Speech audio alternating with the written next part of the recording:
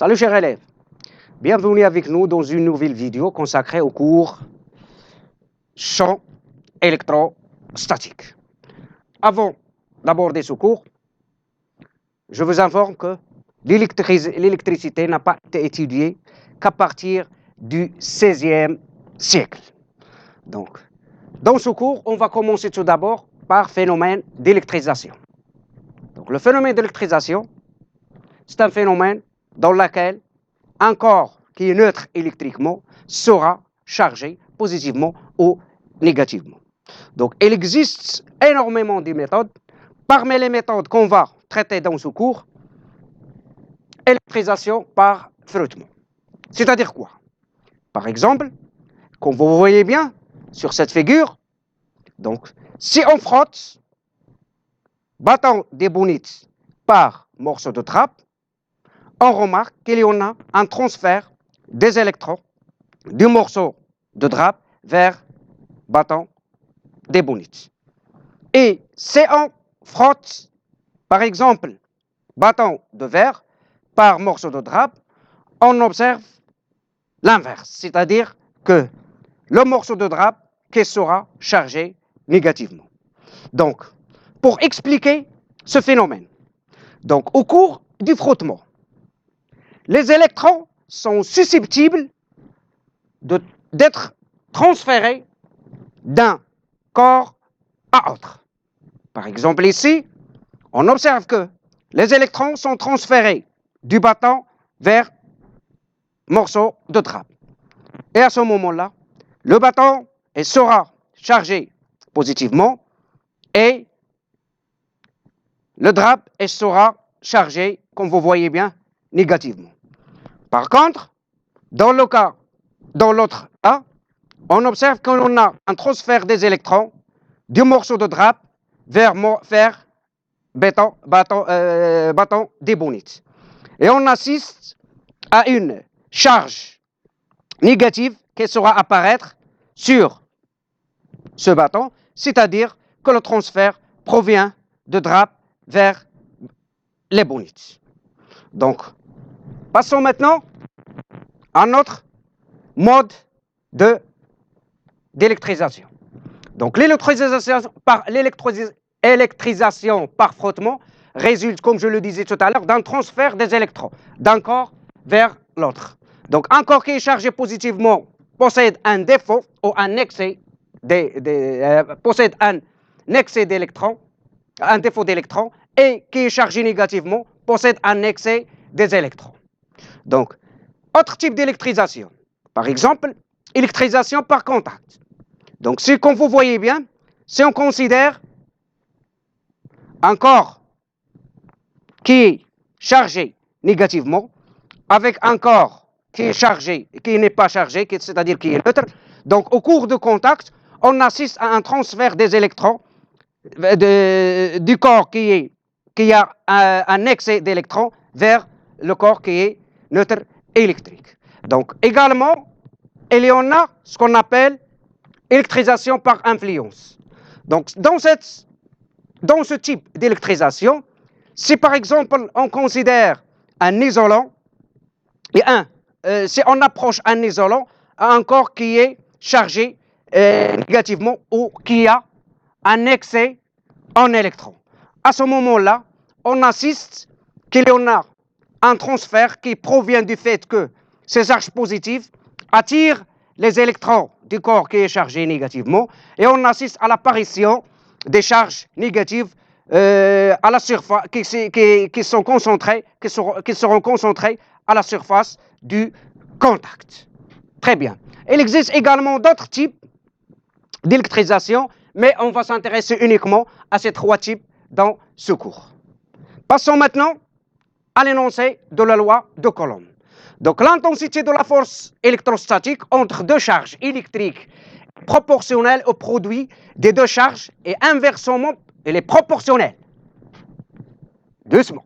Elle est proportionnelle au produit des deux charges et inversement proportionnelle au carré de la distance entre les deux charges. Donc, la force est portée par la droite passant par les deux charges. C'est-à-dire que la direction de cette force n'est rien d'autre que la droite qui passe par les centres des deux charges. Donc, c'est une définition provient de phénomène d'électrisation. Donc, la validité de la loi de Coulomb. La loi de Coulomb est valable pour des charges au repos. C'est-à-dire que si les charges sont mobiles, donc cette loi n'est plus valable. Donc, cette loi n'est valable que pour les charges dans un état stationnaire. Donc, où est la limite en mouvement est relative, où est la limite en mouvement relativement lente. Elle est aussi valable dans le vide. Donc, la formule mathématique de cette loi. Donc, comme vous voyez bien, si on considère une charge positive grande Q, et une autre charge qui est également positive, petite q. Donc, ces deux charges ont le même signe, c'est-à-dire on assiste à une répulsion. Et la force F de petite q sur grande q, c'est-à-dire la force appliquée par cette charge sur cette charge, est représentée par la force suivante. Comme vous voyez bien, c'est une force qui est répulsive. Également, la force appliquée par cette charge sur cette charge, notée F grande Q sur Q, également elle est répulsive. Donc ici, les deux charges ont deux signes différents. À ce moment-là, les deux forces sont attractives. Donc, généralement. Donc la force d'interaction ou la force d'interaction électrostatique qui représente la loi Coulomb ne permet de dire que la force F appliquée par petite charge, petite q, sur grande q, est également égale F, la force appliquée par grande q sur petite q, n'est rien d'autre qu'une constante multipliée par la valeur absolue des deux charges sur la distance au carré qui sépare les centres des deux charges. Toujours, les forces sont en newton. Et la distance est donnée en mètres. Et les charges sont représentées en coulombs. Et cette constante s'écrit sous la forme suivante. 1 sur 4pi epsilon 0. Tel que epsilon 0 n'est rien d'autre que la permittivité du vide. Et on va prendre en considération dans tous les types d'exercices du champ électrostatique que cette constante elle est de l'ordre de 10 à la puissance 9 mètres cubes, kilogrammes, seconde moins 1, coulomb, seconde moins 2, coulomb, moins. Donc, c'est une force, c'est une expression qu'il faut l'apprendre par cœur pour utiliser les interactions électrostatiques entre les deux charges. Généralement, on a une similitude de ce type des interactions à celle que nous avons vue au programme du tronc commun. Par exemple, au programme du tronc commun, nous avons déduit que si deux corps solides de masse différente ou de même masse, à ce moment-là, ces corps interagissent entre eux à cause de leur masse. Et nous avons défini l'intensité de la force gravitationnelle entre ces deux corps est représentée par la relation suivante, telle que G est la constante d'interaction universelle et D n'est rien d'autre que la distance entre les deux corps, ou plutôt la distance entre les centres des deux corps. Seulement la différence qui existe au niveau de l'approche physique du phénomène d'interaction, c'est que les forces d'interaction gravitationnelle sont toujours attractives. Par contre, que les forces d'interaction électrostatiques ou les forces électrostatiques, elles peuvent être interactives, c'est et seulement si, attractives, c'est et seulement si les corps ont des charges opposées. Mais dans le cas où les charges ont le même signe, à ce moment-là, les forces sont répulsives. Très bien.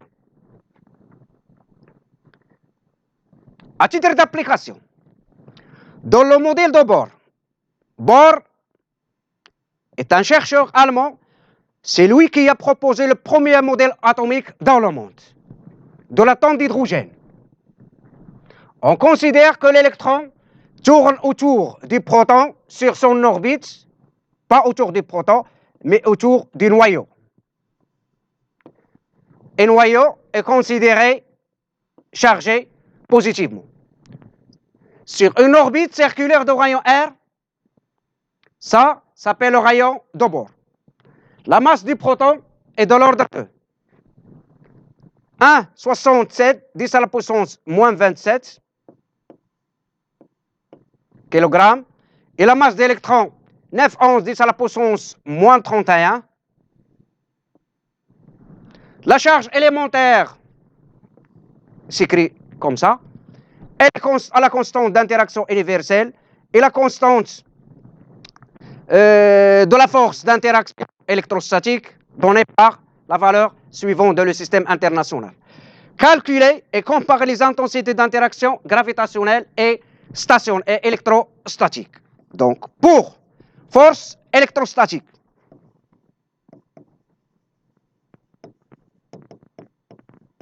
alors F de l'électron sur le proton égale également la force du proton appliquée par le proton sur l'électron n'est rien d'autre que K, la valeur absolue de la charge de l'électron multipliée par la valeur absolue de la charge du proton sur la distance r au carré. N'est rien d'autre que les charges sont égaux avec la valeur absolue, nous pouvons déduire E au carré sur R au carré. Si on effectue le calcul, on trouve que ça, c'est 9 10 à la puissance 9.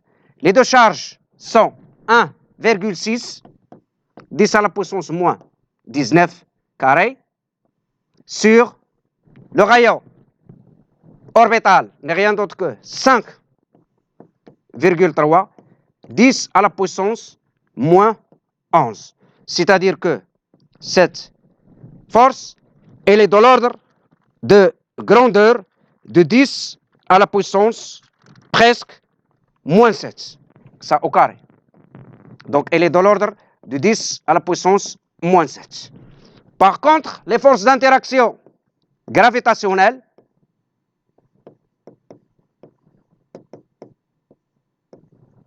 donc la force appliquée par l'électron sur le proton à cause de leur masse, n'est rien d'autre que force constante d'interaction universelle, la masse du proton multipliée par la masse du neutron sur la distance r au carré, elle est de l'ordre de 10 à la puissance moins 47.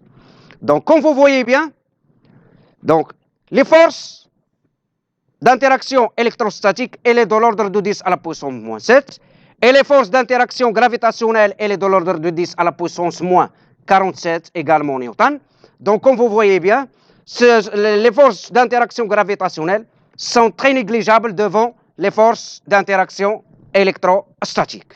C'est-à-dire, elles sont faibles par rapport, les interactions gravitationnelles sont faibles par rapport aux interactions électrostatiques.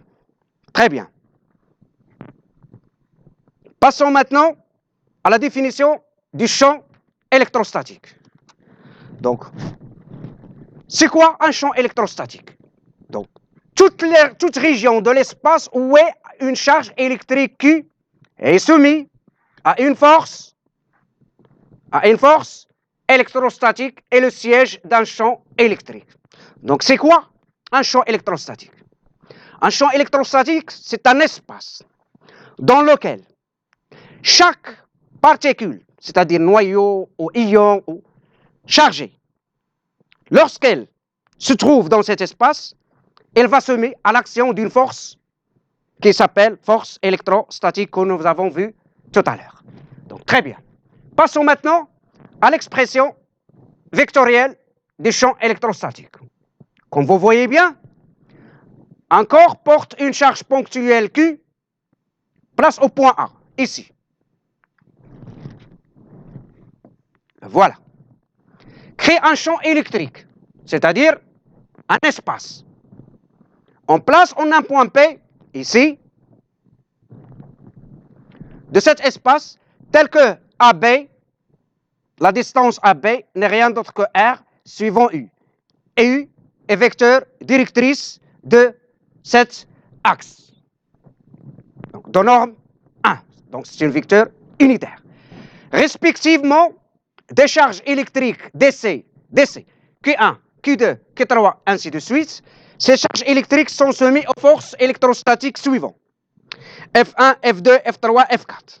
Donc, le champ électrostatique, il est créé par la charge du point A.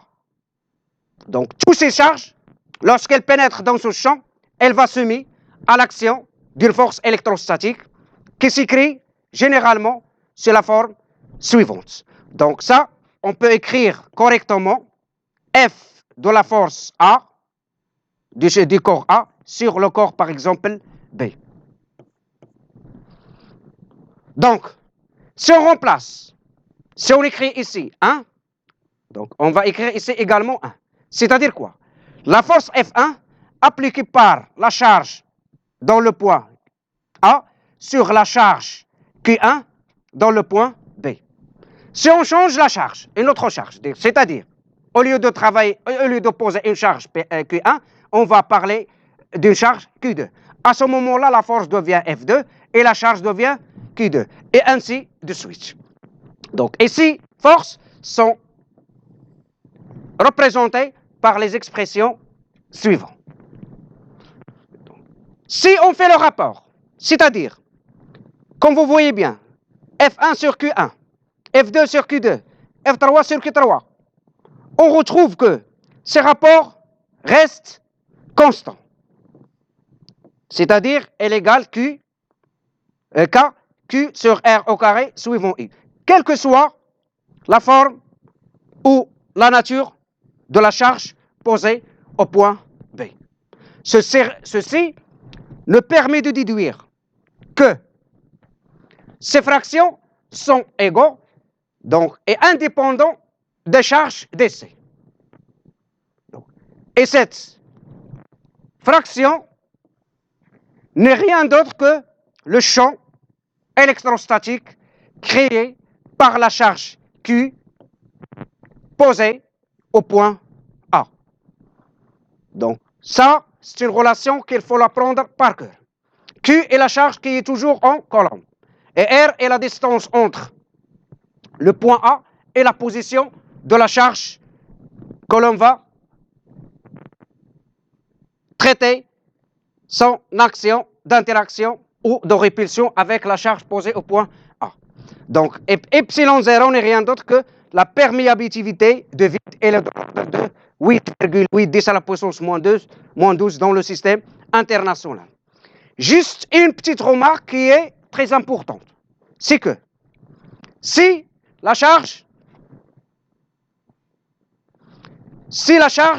est positive, alors le champ électrostatique fuit, c'est-à-dire elle est centrifuge.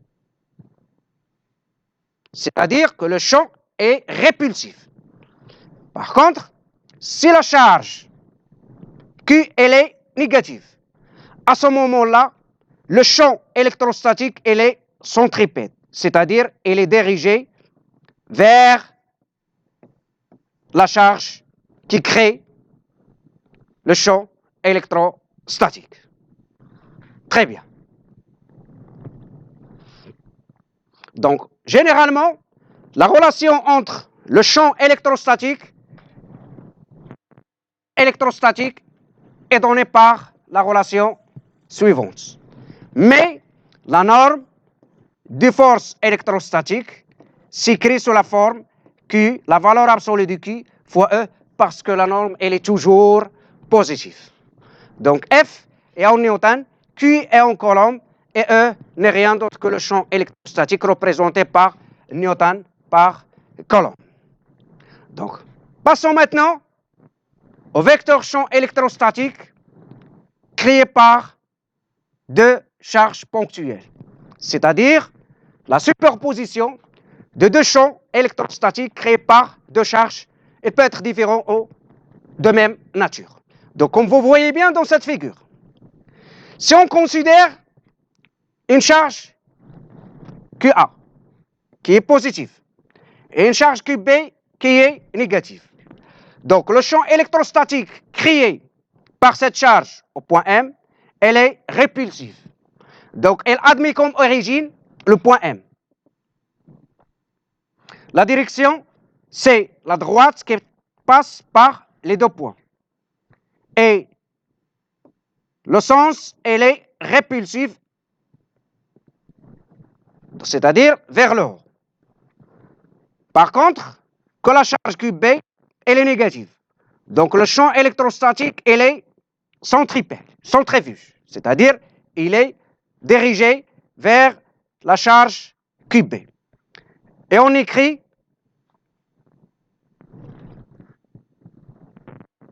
voilà le champ électrostatique EB et voilà le champ électrostatique EA.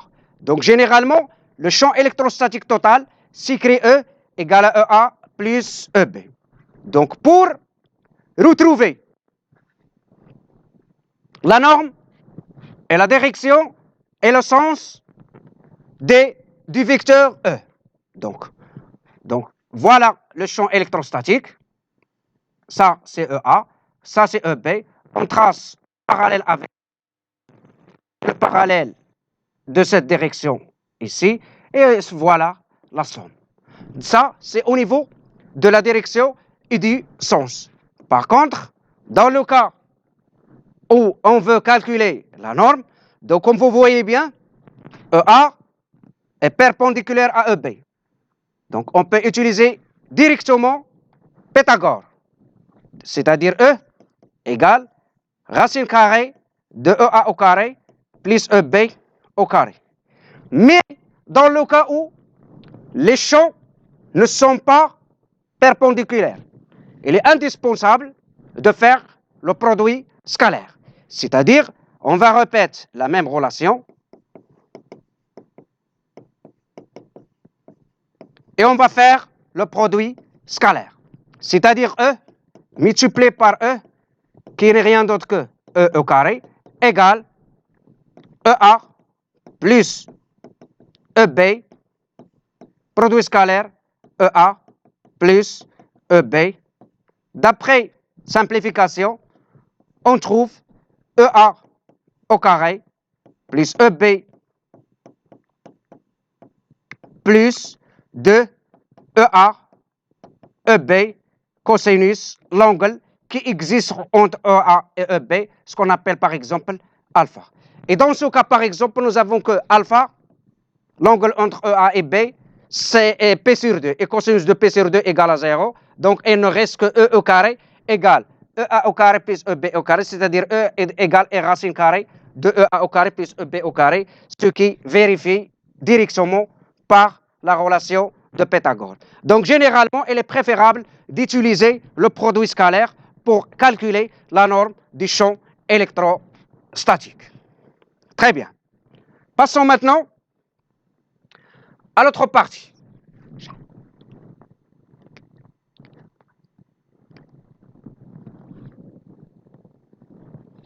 Donc, deux charges électriques QA et QB sont placées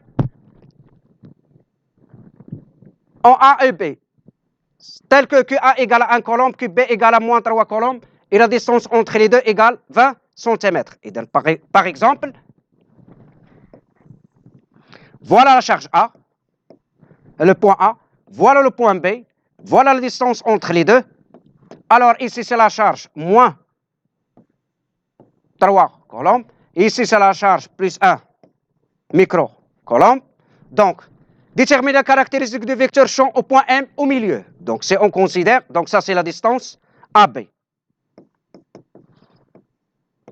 C'est le point M qui se trouve au milieu. Tel que AM égale MB égale à AB sur 2. Alors, le champ électrostatique créé au point M au milieu du segment. Donc, le point M est subi à l'action du champ électrostatique créé par la charge A. Et puisque cette charge elle est positive, donc le champ électrostatique elle est répulsive. Ça, c'est EA. Et puisque la charge B elle est négative, donc le champ électrostatique créé par cette charge sur le point M, dans le point M, il est également